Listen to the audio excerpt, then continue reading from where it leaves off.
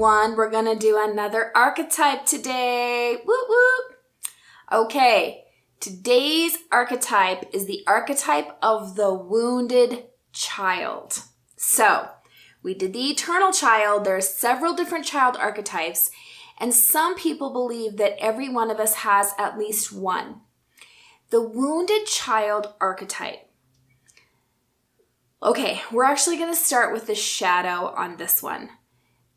Depending on the archetype, some of them can have a little more shadow than light, or let me put it another way.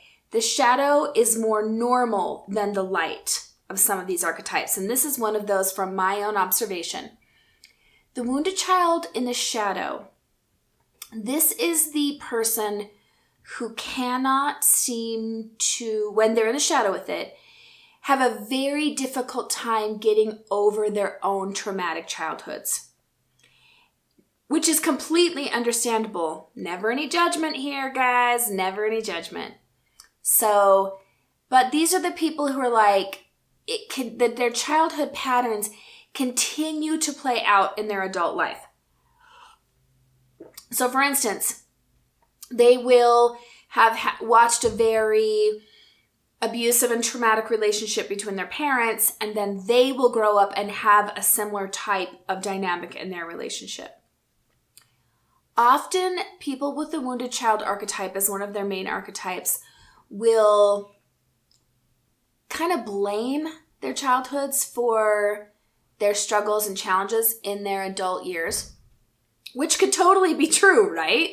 But it is the people with this archetype have a difficult time moving forward. So if let's say I have a 65-year-old woman who comes in for a series of sessions, and in all of her sessions, it continues to go back to her parents.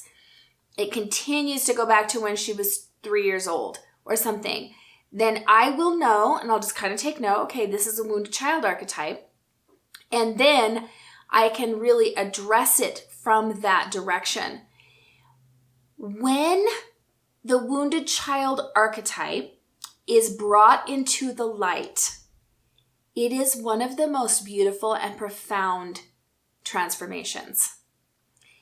It is where they basically, that same energy that they used to use to, grieve and be upset and be very traumatized by their own childhood, they come to a place where they transmute that energy into helping children,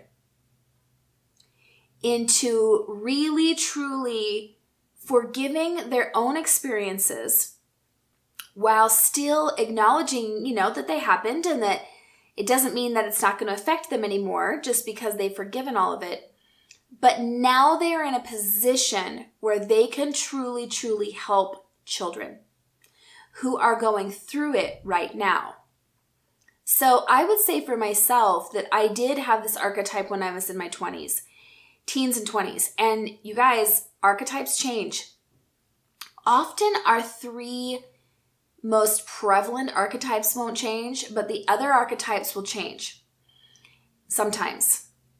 And I definitely think that mine has, shifted into the light and even become, so it's not in my major arcana, but more in my minor arcana. And your minor arcana are the archetypes that kind of come and go, or they're little bits of you, but they're not all of you, right?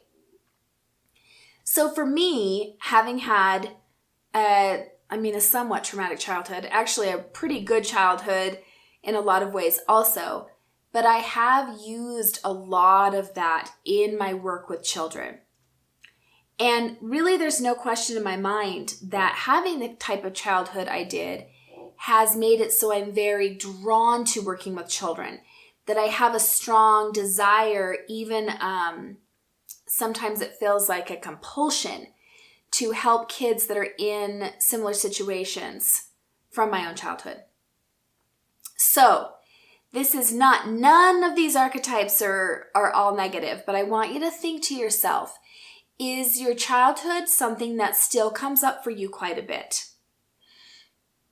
Do you feel like you are still deeply affected by your childhood, or do you know somebody? Maybe it's your own mom.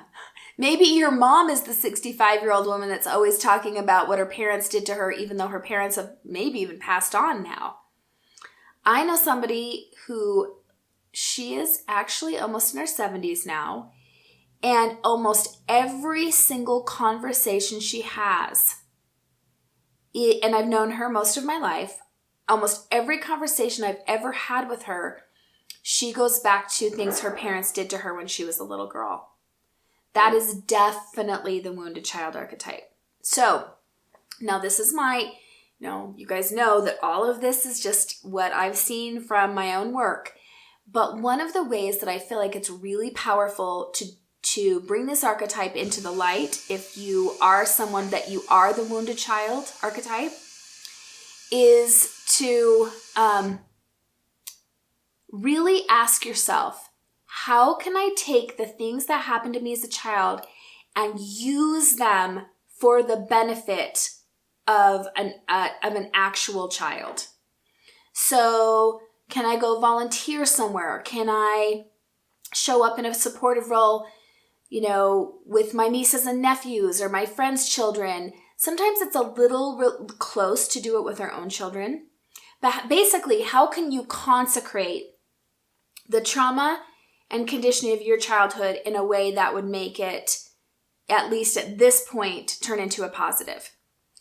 If you know somebody, especially somebody close to you, who has the wounded child archetype, what I have found is one of the best ways to be powerful with this is to listen, definitely listen, witness, be willing to be a witness for them, for their trauma, and let them know that they are heard, that they are seen, that they're acknowledged, and then start to shift the conversation to what you love about them.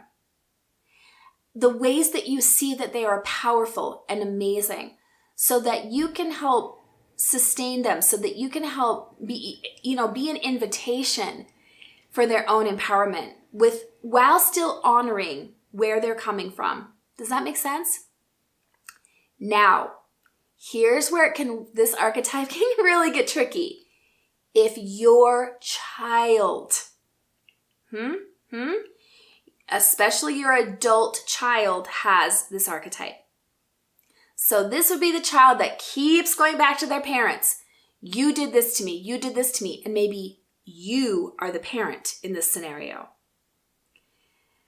Okay, this is where you get to really be accountable for what you're actually accountable for, and then allow them to be accountable where they are. So what this would look like is something along the lines of really owning up to your piece of it. I am so sorry, right? In my case, with my daughter, I am so sorry you went to 5 different grade schools. That must have been really hard for you, and I apologize that I didn't have my life together to the point where I could create the stability that you needed, right? Genuine, authentic apologies coming from the parents and just the general adults of wounded children can sometimes, often even, go a long way. And then you've got to let them be accountable for their own life, because the reality of this is that many of us had very difficult childhoods. And at some point, it's up to us to heal, to have the conversations that we need to do the work that we need to move past that, at least in the way where we get to have some peace and some harmony in our lives, right? So I really actually love this archetype because I see so many people who have it, who are now a deep blessing in the lives of children and who have come so far in their own healing. So if this is you, bless your hearts. And I mean that sincerely. And good job healing and working through it. Have the conversations you need to have. Reach out for the support that you need, whether that's a friend or a professional. But This is, I'm curious. As usual, I want you to really comment on this. Are you the wounded child archetype? Is it your mom? Is it your sister? Is it your friend? What do you see about this? Okay? Interesting stuff. Hopefully, may your coffee be strong and your life be blessed. Thank you so much for watching this video. Please like and subscribe. It really helps out my channel. And if you would be interested in working with me further, you can check out DawniAngel.com. I would love to come speak to your group, come to your business to do a training, be on your podcast, my personal favorite, or even work with you one-on-one.